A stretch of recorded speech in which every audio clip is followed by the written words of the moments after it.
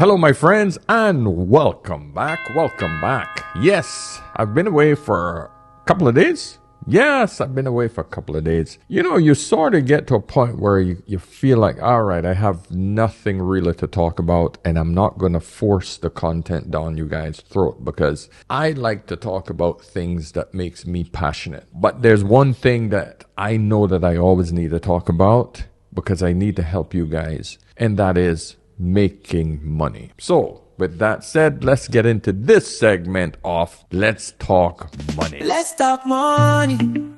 Let's talk money. Let's talk money. With the older man, he's got the wisdom, honey.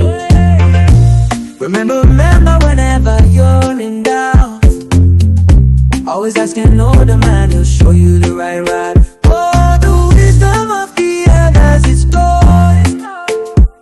They seen it all, they've been through the highs and the lows. So let's talk money. Let's talk money. With the older man, he got the keys to success, honey. All right. I hope you guys love my little jingle there. For those of you that have been asking about, hey, older man, did you just pay somebody to create that song for you, man? Man, you must be making some money on this channel. And I'm like, no, my friend, no. Welcome to the world of AI, okay? You can go to this website, this AI website. I pay $10 a month for this site. $10, right? And you can get up to 500 songs made, whatever you want made. It's mind-blowing. It's called Suno, S-U-N-O, okay? I'll put the letter here. I'll put it up here just in case I'm saying it wrong. Listen, man, it's amazing. You can get anything done there when it comes to music. All right, so that's my one little tip for you guys. If you all want to try to make money, if you're into music, I'm not. You can go there and you can create music that you will have the rights to without singing a word. All you got to do is put in a few phrases, and you can take this and you can put it online and sell your music because it's yours. Welcome to the world of AI, my friends. This is where we're at. I keep warning you guys. AI is going to kill a lot of jobs. It's going to kill a lot of professions, and it's coming for the artists. You know, one of the major reasons I looked into creating content online is because my photography business, where I was making almost 6 figures a year, was being cannibalized by this, the mobile phone. This thing can take incredible photos and incredible videos and create content that I was creating with my huge cameras for a fraction of the cost. And now, when AI has stepped in, you can take shitty photos, upload it, and the AI can do the rest. It's mind-blowing. So I realize, as a businessman, that when I see a technology, a new technology that's coming online, I can see where it's going to kill other businesses. So I'm warning you, gentlemen, I don't care what profession you're in, whether you're a lawyer, whether you're a doctor, whether you're an engineer, a software programmer, a coder, it doesn't matter what industry you're in. Your industry is at risk of disappearing. By now, I'm sure we've all seen the video of Devin, the first AI software engineer from Cognition Labs. I'm not gonna lie, man, this one is scary. When the AI hype started picking up in 2023, there were talks about AI replacing software engineers because people would ask ChatGPT for some code and it would generate it. But I didn't think AI could replace software engineers. I even made a whole video explaining it. But Devin is different, man. It's one thing to be able to generate code based on previous data, but being able to create a step-by-step plan, write code in a code editor, run things on a terminal, and access the web to look up documentation. That's literally what we do as engineers every day. The reason I thought AI couldn't replace software engineers was its inability to have critical thinking and problem-solving skills, but this is different, man. Creating a step-by-step plan to tackle a problem is in itself a problem-solving skill. They even showed a scenario where it ran into unexpected errors. It then added debugging print statements, reran the code with the statements, and it used the logs from those statements to fix the bug. That's literally what I did yesterday. I'm not one to fearmonger, but in the words of Goody, and for lack of a better way of explaining it, We're cooked. We're cooked, man. We're cooked. So you might say to yourself, well, older man, how do we solve this? How do we save ourselves? You have to learn the technology, my friend. That's it. You have to learn the technology as soon as possible so that you can use AI to help you in your business. That's the only way you're going to survive. If you don't do that, you're screwed, because the guy that has less knowledge than you, that knows how to use the AI, will come forth and take your job, because the time it takes for you with experience to create something, this guy is going to do it in less than 1/4 of the time, but he'll be able to pump out more. That will allow him to get paid probably the same as you, but now you're out of a business because you can't produce as much as he can. This is the world we're in, my friends. So this song that I just created for my videos, my intro, the first rendition of this, version 2 of this AI software, wasn't that good. It was pretty crappy. I came back 3 weeks later, they introduced version 3. 3 weeks later, 100% better. Yeah, welcome to the world we're in, my friend. So every songwriter, every artist, their job is at risk right now, because AI is singing any genre song and it can produce any new music in less than 30 seconds. Yes, that's how long it took me to write this particular piece of music. And I don't know shit about music. I don't even listen to music. Yeah, make that sink in a bit. But listen, that's not what I want to talk about today. I just thought it would be a good intro to get you guys tweaked and to understand where we're at in the world of business, in the world of making money. So listen, guys, give me a thumbs up on this video. Let me know if you want to have a chat. Get me over on askanolderman.com if you need to get something off your brain, whether it's money or whether it's relationships, whatever it is, give me a call. Let's have a Zoom call and let's have a chat. All right? If you have a quick question, get me over on Instagram on Ask an Older Man. Now, today I want to hit a particular subject. I want to talk about the cost of living. Now, this is a term that you've heard many, many times, right? The cost of living. What's the cost of living? But have you really thought about it? Have you really broken down those words? The cost of living? I'm sure you're just thinking, oh, rent has gone up. Oh, the cost of goods have gone up, etc., etc. Cost of everything has gone up. Yes, that's a major part of it. But it goes a lot deeper than that. Mental health. Are you living in a country or an area where you can walk out your door and feel completely safe? Because the mental cost of living can be extremely high. Because if you're constantly living under stress, whether you have adapted in your head or not, that cost, the stress cost, that's costing you life, my friend. Because we know the more stress that we're under, the more stress it puts on our health. Our lifespan is then decreased. That means the cost of your living has skyrocketed much higher than it should be. So you guys cannot just look at the cost of monetary living. You got to look at the cost of health living. Let's look at the other part of health. Are you capable of getting good, healthy food? You know in the West, the food is crap. You know you guys are getting way too much sugar, way too much salt in a lot of your foods. Most of your foods are processed. Are you allowed to grow your own food in your back garden? Are you even doing it? Did you even think about it? The air that you breathe, is it polluted? We know that polluted air causes cancers, causes health problems. The cost of living at your workplace, the stress coming from your boss, the stress coming from your job and your requirements. Is it killing you? These are all costs that you have to take into consideration. On this channel, we look for solutions. I'm going to try to give you a few solutions to some of these problems. Okay, I saw this video come across my feed and I want you guys to take a look at it. And this is for my Canadian brothers and sisters. Now, this is a politician who's telling you about the cost of living in Canada. Let's have a listen. You can buy a home for less than half the price on the American side of Niagara Falls than on the Canadian side, even though they are only 15 minutes apart. Vancouver is now the third most expensive housing market in the world, comparing median income to median housing prices. UBS found in 2022 Toronto was the worst housing bubble on planet Earth. Both of them more expensive than New York City, Chicago, Los Angeles, London, England, and even Singapore. We have the most mortgage debt by far of any G7 country as a share of our GDP.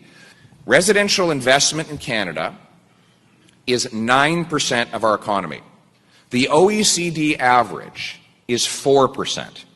To build fewer homes. We have the fewest homes per capita of any country in the G7, even though we have by far the most land and we spend by far the most money building homes. We have more land, labor, and lumber than anyone, and yet we can't build homes. What is the number one cost to building a new home in Vancouver today? Land, labor, lumber, permits. Government represents 60% of the cost of a newly built home. So the 40% is what you use to pay for the worker, for all the lumber and the drywall and the land. This is insane. Wow. That, my friends, is ridiculous. 60%? Nah, something's wrong with that figure. Anyway, I did some digging. I looked through the comments and this guy's exaggerating a bit. It is high, but it's not that high. But regardless of what it is, my Canadian brothers, you guys are paying way too much on taxes to live within your own country. So I'll read a few comments. Small Air Dairy said, "This dude, as housing minister, built 0 homes and cut funding to affordability and subsidies. He has 0 right to stand up and claim he isn't part of the problem." I'm not getting involved with the politics, but I'm just saying. But I wanted to read that just so you understand who this guy was, right? Somebody else says, also, I'm hearing he is a landlord and owns multiple properties. He wants it to be worse, so his investment goes up too. He just knows people want to hear what he wants to. You guys have to stop blaming the politicians in the way they are trying to monopolize the system. You need to actually beat the system. And one way to do that is to actually not play in the system. You need to actually look at getting outside of the huge areas where the cost is so high. Try to find areas where the cost of living is lower. I know that's hard, especially for the blue collar workers, the guys that they don't have much choice. They're working on the ground. They're in the field. They have their little business that caters to a small town or in the cities that feeds them. They need that. Not everybody is digitalized. So yeah, I get that. So please don't come at me with that, okay? The problem that we face is that, okay, if that's the position that you're in, you need to learn to adjust. Just like I had to learn to adjust with my photography business, knowing that it was going to be under threat from the current technology, you have to learn new and better ways to create harmony and peace within your environment. That's all I'm saying. And this brings me to the next video, because you guys have to understand there are choices. Whether you want to take those choices or not, or whether you can work within the confines of those choices, is totally up to you. In other words, you can move out of the city. Move.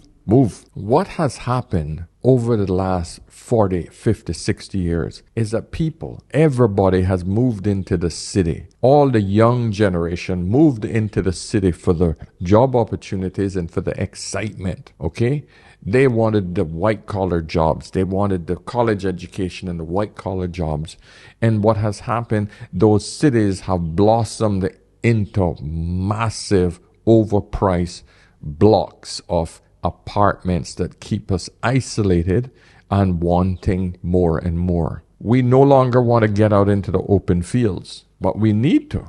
We don't have any choice anymore. Now, a lot of those small towns are dying, and they're desperate to get people to come back into them, because when we watch a video like this, and I see this from all over the world, from Italy to Spain, they are begging people to come back. They are giving away land. Hi guys, so there's a town in the north side of Ontario that's offering residential lots just in $10. Now essentially these lots are $50,000. It's hard to imagine any plot of land at a discount. But further afield in the northern Ontario town of Cochran, how does $10 sound for a residential lot? The secret to finding an affordable place to live may be to look north. Way north. To the town of Cochran, Ontario, a more than 7-hour drive from Toronto. There, city officials have come up with a plan they hope will encourage people to consider making the move. The approach involves a plan to offer lots for new home builds for just $10. This is all about building homes. We don't care where you're from or what part of the world you're coming from, local or otherwise. You build a home and create an add to the inventory here in Cochran. We will provide you municipal lots that are available at $10. Those are typically $50,000 lots. The program will also offer a property tax rebate that will provide tax relief for the first 5 years of home ownership.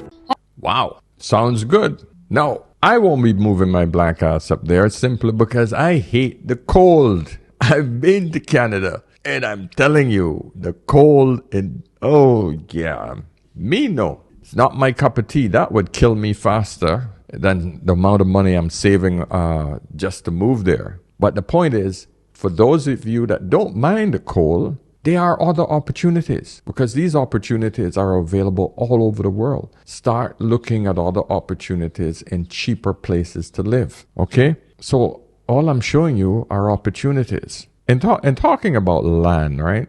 Just listen to how this Jamaican fella put it. This is all your property? Well, in our life, we don't own nothing, you know. Mm-hmm. We're going to secure things. Yeah. Till the next one come do the same thing. Mama Earth and Papa Time own we. We can own Mama Earth. We come here with nothing. And we go back without anything. All we have to do is just unite, show respect and honor amongst each other, be true and honest, be loyal, show love, be happy, show good blessing. 9 forces of life, that you know. But it's best to be true and honest to yourself first. And that will shine out. Yeah, man. So, yeah, Akichi, you know Akichi. Great philosophy, you got that. Sometimes all it takes for you to do is to sort of shift your mind in order for you to achieve peace. This man here has found it. He realized, you know what, we don't really own the land. No, I know it's a bit of woo-woo, but you got to see where I'm coming from. You got to understand what he's talking about because he's right. I mean, let me know what you guys think, but I just thought I'd add it in here because we're talking about cost of living, and part of that is harmony. What are you willing to pay for peace and harmony? So that brings us to the next discussion. Why are we never taught about making money in school? We're educated, but what is the education for? Why is it that the education that we get doesn't teach us how to make money? It teaches us all of these so-called life skills that we never really use, but it never teaches us how to make money. And it blows my mind that we're still here. And even though we like to think that we have advanced, Gen Z is still actually one of the stupidest generation of kids when it comes to finances. I watched this little video here and it blew my mind, man, because women are the worst. Can't afford to go out. Yes, I can. No, you can't. Income that came in was $1,600. Rent is $12. Girl math. That's your. This is not a joke. I'm not treating it as a joke. I mean, girl math. Math says it's about 80% of your income. Yeah. And you bought $1 of Apple stock? Yeah, I tried. I genuinely didn't know what it was, but I've heard people like opening stocks and like getting more money and being successful with it. So I was like, let's try it. And I got 96 cents out of it. So I use a lot of girl math. I use a lot of like... That, first of all, that was a meme from like 2 months ago. Yeah. The internet moves quick. Yeah. And second of all, it's bad. Math is the real math when we're actually talking about your life and improving your situation. But if real math doesn't work, then we transition to girl math and we use it to live. Oh, your rent of what again? Almost $1,400. Okay, it's 70%. 70%. You cannot afford it. It shouldn't be higher than 30%. That blows my mind. Seriously, man. That blows my mind. And you think that that's a joke. That's not a joke. But it doesn't stop with the women. Let's look at this skit for men, because even though this one with the female, it's an actual interview with a real person who's not joking. There is this part of it that you have to understand that the black community have to deal with. And men, a lot of men have this mentality as well. And this one says, what they teach you at school versus what they should teach you. How do you love the car? It's crazy. The Lambo's back. Are you aware of the interest rate? Yeah, I'm interested in a rate still. No, I mean the interest rate, the cost of borrowing the... Look, you'll pay back, price the car, plus interest. Yeah. Right, so the higher the interest rate, the more you'll pay back. Didn't they teach you that at school? Nah. What I do know is Henry VIII had 6 wives and some concubines that were mighty fine. Right. Okay, what about your credit score? It's unlimited. Got unlimited calls, texts, data. The bread doesn't run out. No, the credit score is what a lender may use to review how reliable you are when it comes to paying that money on the road. The higher your credit score, the more likely you are to be approved. Listen, I'm high and I'm about to get higher. Stepped in. Bowling. You can check your Experian credit score on the Experian app. It's free. I'm experienced in Experian. How about your eligibility? My ethnicity. I'm black, African, British. What you trying to say, bro? Your eligibility is how likely you are to be accepted or approved at any specific credit offer based on your information. You know my name, my address, and I'm a voter. I appreciate it though, because you're teaching me some stuff. But like, what I do know is Cairo is the capital of Egypt. And George shot Lenny out of mice of men. Pew! A squared plus C squared equals B squared. Let's get to the wit, please. Come on, let's work on this. Yeah, let's work on this. Yeah. E squared plus B squared. But this is what we're taught in school. It's shameful that we got to get out of school to actually learn something that is relevant in our lives. That's why it's important for you gentlemen to actually find a mentor and learn from him. Okay? That's why it's important for you to find an older man who's been through it and learn from him, especially when it comes to money. Wow. Okay. I'll read a few comments here. Kwana said, speaking as a teacher, this is one of the realest skits I've seen. We teach financial literacy in school and kids are genuinely interested in these types of topics and it's needed. Yeah. Isaac said, you didn't mention photosynthesis. Oh, gee, I can't pronounce it. The way plants absorb energy from light. Okay, that's what it means. I know what it means. I just can't say it. All right. Oh, Gallo the Great says, as funny as this video is, there's so much truth here. We're being taught a bunch of unnecessary information and not the skills to survive. Thank you for this, Mr. Dapta. And last one, this person said, whoever produced this deserves a medal. One more. What a clever way to remind us that the national school curriculum does not set you up for life. I do know that Henry VII had 6 wives and some concubines.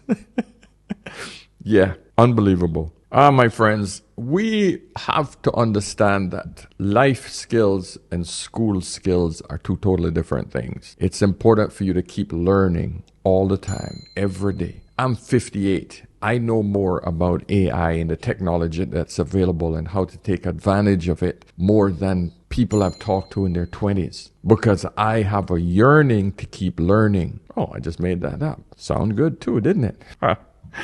So I want to give you one money-making technique. That's the idea behind these particular videos. You got to leave with every one of my videos knowing that you have learned something to make money. All right, so here's this great idea.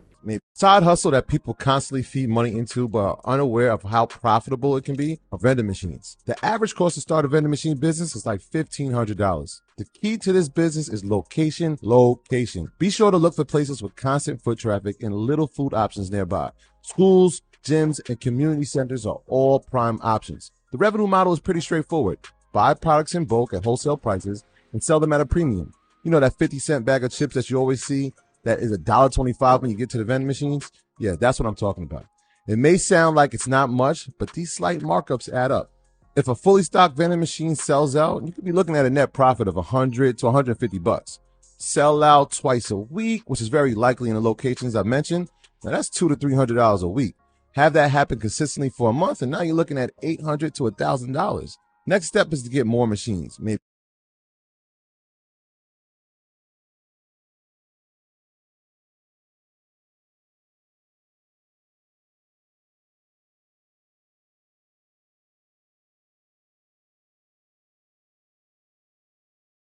And there you go. Yep, guys at the office stocking his vending machines. Here's the thing about what I just shared with you, right? Some people will say, oh, just $100, $150. Everybody's looking for this massive payout. They want to make 1,000x. They want to buy the next crypto and it goes to the moon. They're looking at this fantasy. And everybody wants it now. Everybody want to get rich quick now. But they don't think, man, if I can have one machine, start with that, and I just work that one machine for 5 months, and I accumulate a profit of $500, $600, which allows me to go get a little loan and buy a second or two more machines. All of a sudden, I'm making 200 to 300 a week on these machines. I pay off my little loan.